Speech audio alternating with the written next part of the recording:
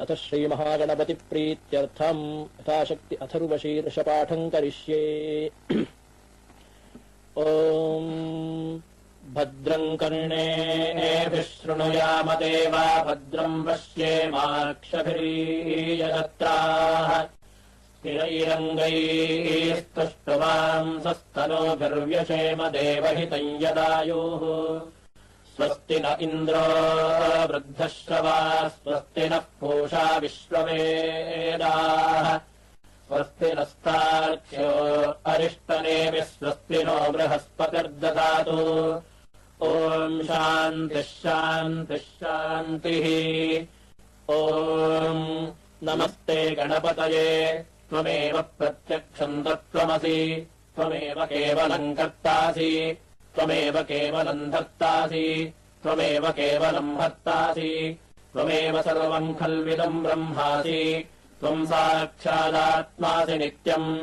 ऋतम् वच्मि सत्यम् वच्मि अव त्वम् माम् अववक्तारम् अवश्रोतारम् अवदातारम् अवधातारम् अवानूचानमवशिष्यम् अवपश्चात्तात् अवपुरस्तात् अवोत्तरात्तात् अवदक्षिणात्तात् अवचोर्ध्वात्तात् अवाधरात्तात् सर्वतो माम् पाहि पाहि समन्तात्।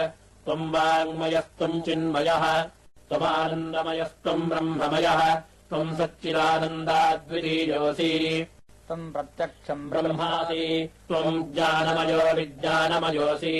सर्वम् जगदिदम् तत्तो जायते सर्वम् जगदिदम् तत्तस्तिष्ठति सर्वम् जगदिदम् त्वयि लयमेष्यति सर्वम् जगदिदम् त्वयि प्रत्येति।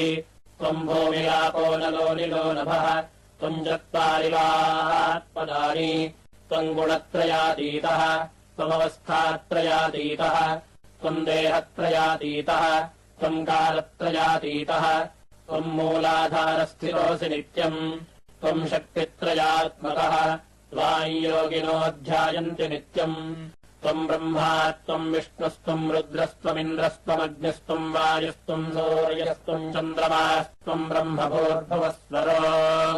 गणादीन् पूर्वमुच्चार्य वर्णादीन् तदनन्तरम् अनुस्वारः परतरः अर्धेन्दुलसितम् कारेण रुद्धम् एतत्तव मनुस्वरूपम्। गकारः पूर्वरूपम् अकारो मध्यमरूपम् अनुस्वारश्चान्त्यरूपम् बिन्दुरुत्तररूपम् नादः सन्धानम् संहिता सन्धिः सैषा गणेशविद्या गणकर्षिः ऋषद्गायत्री छन्दः श्रीमहागणपतिर्देवता। ॐ गङ्गणपतये नमः। एकदन्ताय विद्महे वक्रतुण्डाय धीमहि तन्नो दन्तिः प्रचोदयात्।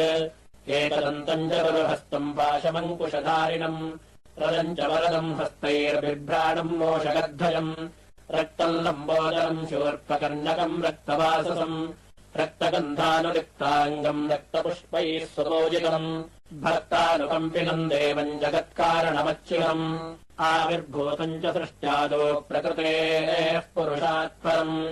एवम् ध्यायति यो नित्यम् स योगी योगिनाम् वरः।